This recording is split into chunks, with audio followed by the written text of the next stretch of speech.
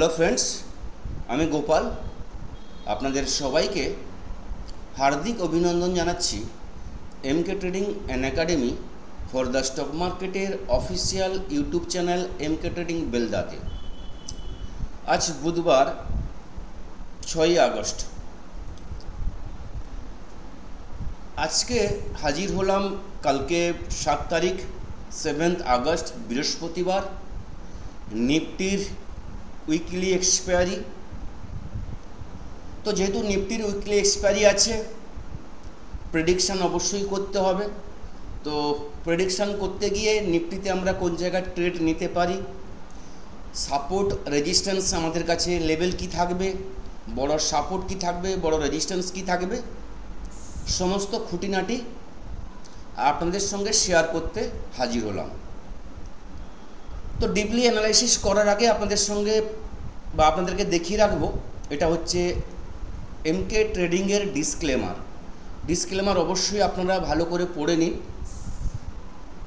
এখানে এমকে ট্রেডিং অথবা আমি কোনোভাবেই কিন্তু আপনাদেরকে বাই বা সেলের রেকমেন্ডেশন করি না। এখানে ভিডিওতে যা কিছু ইনফরমেশান আমরা দিচ্ছি টোটালটাই কিন্তু এডুকেশন এবং লার্নিং পারপাসের জন্য। চলুন এবার যাওয়া যাক চার্টে, নিফটির ডেলি চার্টে যদি আমরা দেখি, লাস্ট দুদিন ধরে সেম লেভেল আমি বলে আসছি, আপনাদের সঙ্গে শেয়ার করে আসছি। নিফটি 25,600 লেভেল যদি ব্রেক না করে তাহলে কি হবে, 25,700 ব্রেক করলে, 24,700 ব্রেক করলে কি হবে, 24,600 ব্রেক করলে কি হবে। যখন আজকে নিফটি 24,600 লেভেলটা কিন্তু আজকে সকাল থেকে যদি আমরা ছোট টাইম ফ্রেমে দেখি তাহলে নিফটির যে র্যালি, সকাল একটা হালকা বলতে গেলে গ্যাপ ডাউন ওপেন হয়েছিল। গ্যাপ ডাউনের পর কিন্তু নিফটি কিন্তু খুব ফোর্সলি, মানে খুব মুভমেন্ট খুব একটা ভালো হয়নি, আস্তে আস্তে করে একদম স্লোলি একটা মুভমেন্ট এসেছিল, যেখানে প্রিমিয়ামের খুব একটা মুভমেন্ট নেই, 5 পয়েন্ট 7 পয়েন্ট 8 পয়েন্ট এইভাবেই কিন্তু মুভমেন্ট এসেছিলো। কারণ 10টার সময় আরবিআইয়ের পলিসি ছিল, প্রত্যেকেই আমরা জানি। তো আরবিআইয়ের পলিসির জন্য আমরা ওয়েট করছিলাম, আর আরবিআইয়ের পলিসি কী আসে। অলরেডি আগে থেকেই আমাদের একটা ধারণা ছিল যে রেট কাট হবে না, রেট কাট আনচেঞ্জড থাকবে। তো এটা অলরেডি আমি দুদিন আগেই বলে দিয়েছিলাম যে রেট কাট হবে না, রেট কাট সেটাই থাকবে। তো রেট কাট যথারীতি সেটাই ছিল, কোনো চেঞ্জ হয়নি। তো রেট কাট আসার পরে 10টার পরে কিন্তু একটা বড় ডিপ নেয়, বলতে গেলে 24,650-এর কাছ থেকে নিফটি 10 থেকে 15 মিনিটের মধ্যে একটা ডিপ তৈরি করে, যেখানে 24,600 লেভেলটাও ব্রেক করে 24,545-এর কাছাকাছি একটা ডিপ নেয়। বলতে গেলে সেই ডিপটাই ছিল 3টে পর্যন্ত, ওই ডিপটাই ছিল নিফটির আজকের লো। এবং এই ডিপটা হচ্ছে ফ্রাইডের ডিপের কাছাকাছি। ফ্রাইডে যে আমাদের লো হয়েছিল, নেক্সট মানে গত ফ্রাইডে 1 তারিখ যে লো হয়েছিল 24,534, সেই লোর কাছাকাছি গেছিল, কিন্তু সেই লোকে টাচ করতে পারেনি। তো 24,550 ব্রেক করার পর একটাই টার্গেট ছিল 24,530। 24,530 লেভেলটা যদি ব্রেক করতো এবং রেড ক্যান্ডেলে ক্লোজিং দিত তাহলে কিন্তু আমাদের কাছে আরও একটা লেভেল আসতো, যেটা হচ্ছে 24,470 লেভেলটা আসতো। যথারীতি আসেনি, সেখান থেকে মার্কেট বাউন্স নেওয়ার চেষ্টা করেছিল এবং একটা টাইম কিন্তু 24,630-এর লেভেলের কাছাকাছি কিন্তু নিফটি আবার এসছিল। কিন্তু মার্কেট ওভারঅল বলতে গেলে আজকে সাইডওয়েজ মার্কেট গেছে, একদম মুভমেন্ট নেই, রেঞ্জ বাউন্ড মার্কেট বলতে পারেন। বোথ সাইডের প্রিমিয়াম মিটিং হয়েছে। লাস্টের দিকে 1টা-1:30টার পর আবার সেখান থেকে 24,630-এর কাছ থেকে নিফটি একটা ডিপ নেয়, যেখানে 24,537-এর কাছাকাছি এসেছিল এবং সেখান থেকে 3টের পর বা 2:30টার পর কিছুটা রিকভারি নেয় এবং 24,580-85-এর কাছাকাছি গিয়ে নিফটি আজকে ক্লোজিং দিয়েছে 24,574, যেখানে 75 পয়েন্ট নেগেটিভ ক্লোজিং দিয়েছে। ওভারঅল নিফটি আজকে একটা ফালতু ডে গেছে, বকবাস ডে যেটাকে বলা হয়, range bound market, premium meeting day যেটাকে আপনি বলতে পারেন। আমি মর্নিংয়ে 2-1টা কল প্রোভাইড করার চেষ্টা করেছিলাম, কিন্তু খুব একটা ভালো হয়নি, মানে কোনোটা অ্যাক্টিভ হয়েছে, কোনোটা অ্যাক্টিভ হয়েও 5 পয়েন্ট 6 পয়েন্ট খেয়ে গেছে, এরকম একটা ব্যাপার। কোনোটা দিয়েছে 10 পয়েন্ট, খুব একটা ভালো ডে হয়নি, কিন্তু আমি একটার পরই কিন্তু ইনফর্ম করে দিয়েছিলাম যে আজকে আর ট্রেড করা যাবে না, কারণ মার্কেট যেভাবে ট্রেন্ডিং মানে জায়গায় দাঁড়িয়ে আছে সে জায়গায় কিন্তু মার্কেটে ট্রেড করা উচিত নয়। এরকম মার্কেটে ট্রেড না করা উচিত। একদিন যদি ট্রেড না করেন তাহলে কিন্তু আপনার ক্যাপিটাল সেফ থাকবে। আপনি জেদের বসে ট্রেড করতে গেলেন আর সেখানে আপনার ক্যাপিটালটা ফেঁসে গেল, সেখানে সেই ফাঁসার চাইতে না ট্রেড করাটাই ভালো। কালকে এক্সপায়ারি আছে, যদি ভালো কিছু মুভমেন্ট হয় তাহলে কিন্তু আমরা উইথিন 5 to 10 মিনিটস কিন্তু আজকের যে টাইমটা স্পেন্ড করেছি বা আজকের যে কারো যদি লস গেছে সেটা কিন্তু আরামসে ইজিলি কিন্তু আমরা রিকভারি করতে পারবো। তো সে জায়গায় খুব সাবধানে ট্রেড করতে হবে। এক্সপায়ারি আছে, মার্কেট রেঞ্জের মধ্যে দাঁড়িয়ে আছে।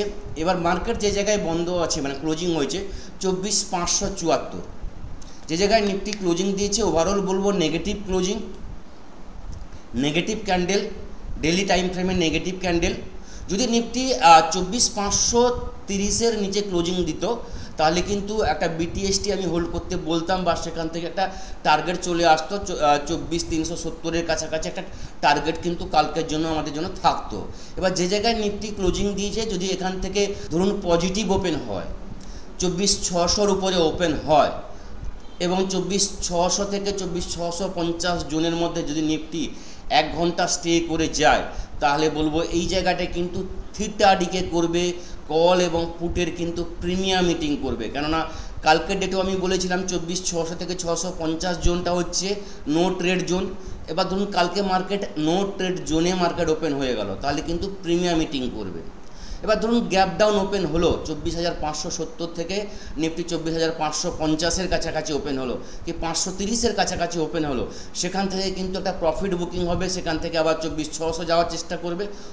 ওভারঅল কিন্তু একটা রেঞ্জের মধ্যে থাকবে। হ্যাঁ, যদি এখান থেকে 100 পয়েন্ট ডাউন ওপেন হয়, 24,530-এর নিচে ওপেন হয় এবং 24,530-এর লেভেলটা যদি ধরে রাখতে পারে ডাউনের ক্ষেত্রে তাহলে সেখান থেকে কিন্তু শার্প ফল একটা আমরা দেখতে পাবো, যেখানে 24,470 আমার কিন্তু ফার্স্ট টার্গেট থাকবে। 24,450 থেকে 470 এই জোনে কিন্তু নিফটি একবার আসার চেষ্টা করবে।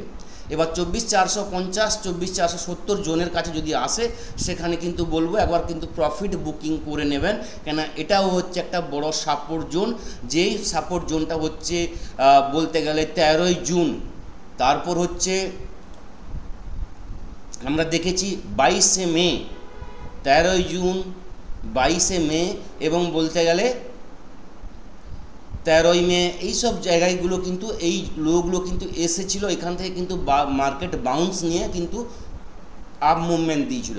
যদি লাস্ট মুভমেন্ট আমরা দেখে নিই 13ই জুন, এই জায়গাটায় কিন্তু মার্কেট এখান থেকে কিন্তু মার্কেট রিকভারি নিয়েছিল 13ই জুন থেকে, এবং একটা হাই আমরা দেখতে পেয়েছিলাম যেটা বলতে গেলে 25,650-এর কাছাকাছি একটা হাই দেখেছিলাম 13 জুনের পর থেকে।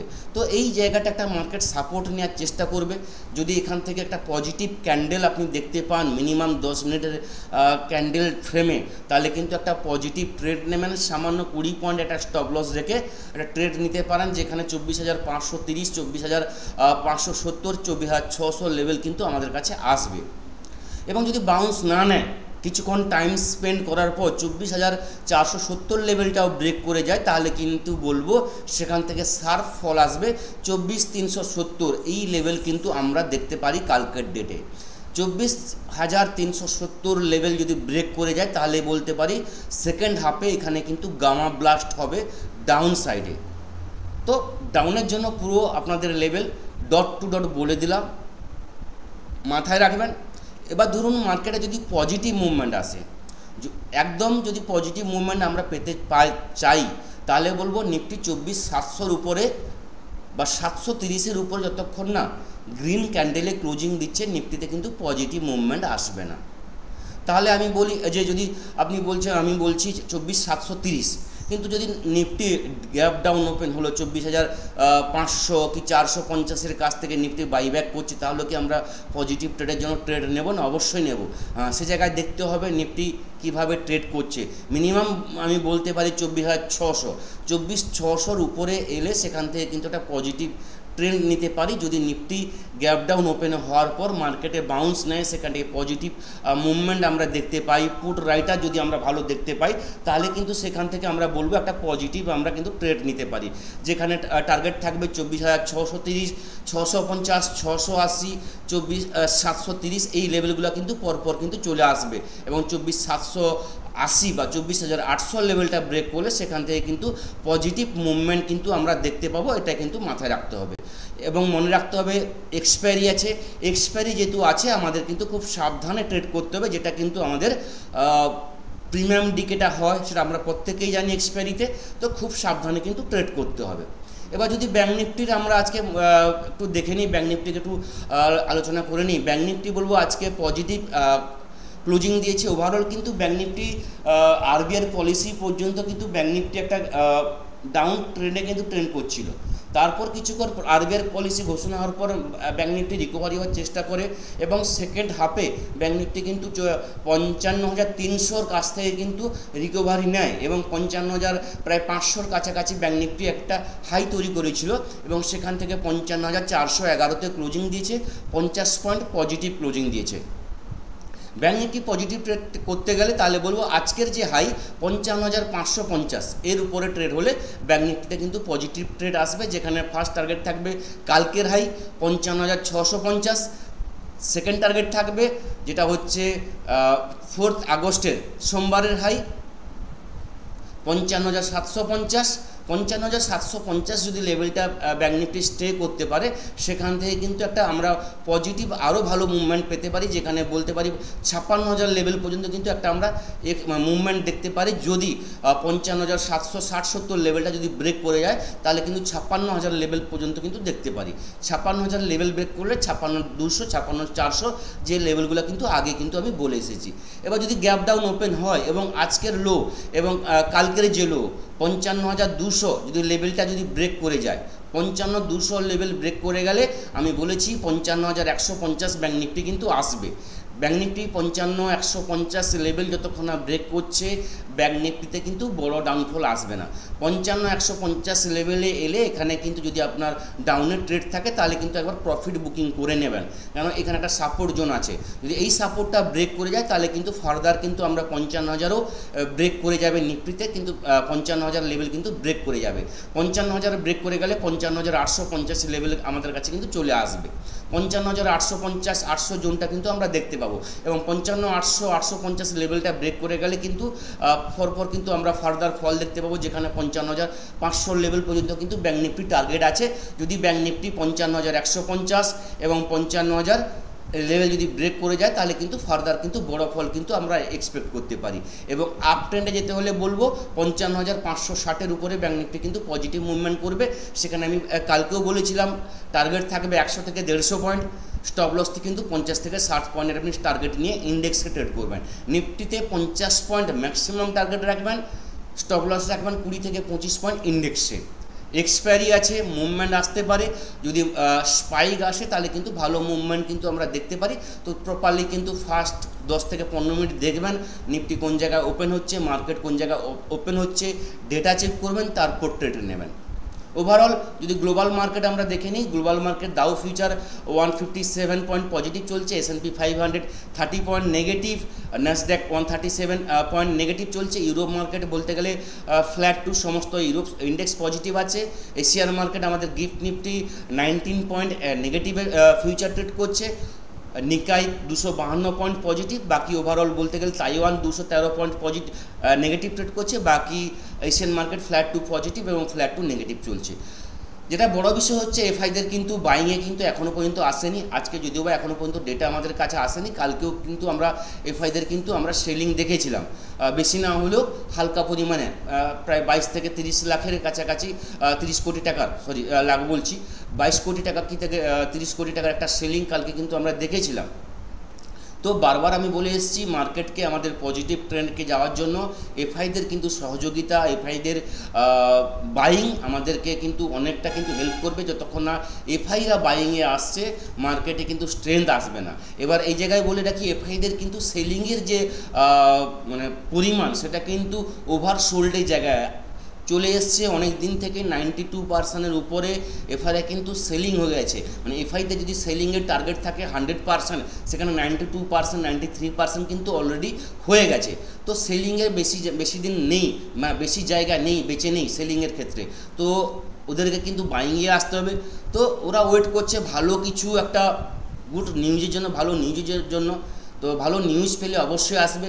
এটাও হতে পারে মার্কেট 24,470, 450 লেভেল ব্রেক করে গেল, আপনাদেরকে প্রত্যেকেই রিটেল ট্রেডারদের বললো যে মার্কেট এখান থেকে আর মার্কেট উপরে যাবে না, মার্কেট এখান থেকে ডাউনে যাবে। প্রত্যেক রিটেল ট্রেডারকে ডাউনে এন্ট্রি করাবে, সেখান থেকে মার্কেট বাউন্স নিতে পারে। তো এটাও হতে পারে। বড় বড় যারা ট্রেডার বা বড় বড় যারা ইনভেস্টার, তারা কিন্তু এটার জন্যই কিন্তু বসে থাকে, সবাইকে ফাঁসিয়ে মার্কেটকে তুলে নিয়ে যেতে পারে। তো দেখার আছে। তো এত কিছু ভেবে আমাদের লাভ নেই, কেননা হচ্ছে আমরা ইন্টারডে ট্রেড করছি, আমরা অপশান ট্রেডিং করছি, ডেলি ট্রেডিং করছি। তাহলে কিন্তু ডেলি বেসিসে যদি আমি ট্রেড করছি, তাহলে কিন্তু প্রপারলি কিন্তু আমি আমার টার্গেট, আমি আমার স্টপ লস, আমি আমার ক্যাপিটালকে সেভ রেখে আমি ট্রেড করব। তো এই থাকলো কালকের জন্য নিফটির এক্সপায়ারি, ব্যাঙ্ক নিফটির প্রেডিকশান। নেক্সট ভিডিওতে আপনাদের সঙ্গে আবার দেখা হবে। সবাই ভালো থাকবেন। থ্যাংক ইউ, ধন্যবাদ।